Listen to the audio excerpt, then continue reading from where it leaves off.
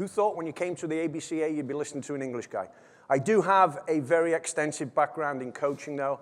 I was also involved with the New Jersey Special Olympics group for 25 years. I got to coach athletes at the special needs level and athletes at the elite level that have gone on to play professionally. What I've learned over my years is I was an idiot when I was younger. And I didn't realize the importance of making strong connections with children was the key factor to them fulfilling their potential on and off the field. So today, Keith and I are going to talk to you about 3 specific areas. And I'm guaranteeing everybody in this room could stop me at some point and say, yeah, I do that. But we have a responsibility, and we have to embrace it. Each and every one of you in this room has a coaching philosophy. You may never have sat down and written it out, but you have key things that are non-negotiable to you.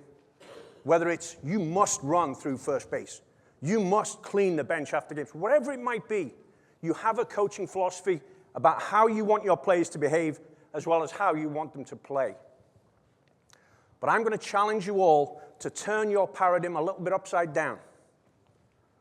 I do not, at the end of a season, want anybody in this room, including myself, to say, I had a successful season, undefeated, state champs, won 6 tournaments.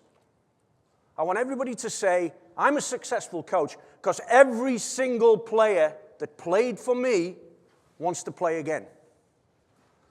So the reason that we're presenting what we are today is because I had the good fortune to watch a man called John Kessel. John Kessel is a legend in USA volleyball. He won an Olympic gold as an athlete. He won 2 Olympic golds as a coach. And the first time I saw him present, I'd read some of his books. Brilliant man. And the first time I saw him present, he got up on the stage. Hi, I'm John Kessel.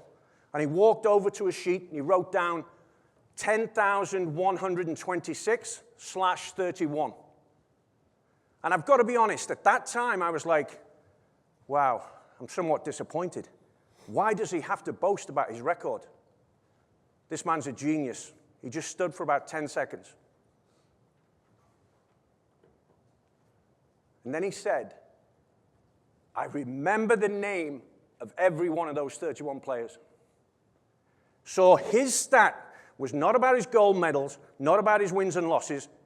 He coached 10,126 players that continued to play. But he remembered the name of every player that didn't continue to play. And I'm going to ask you to embrace that responsibility as a coach. And I'm going to be really corny now. And I do warn you, I've got a tendency to get off the stage and come and listen to make sure that you're all saying this. We're going to say the following words. Never. Oh, I'm going to be coming around the room. Never be a kid's last coach.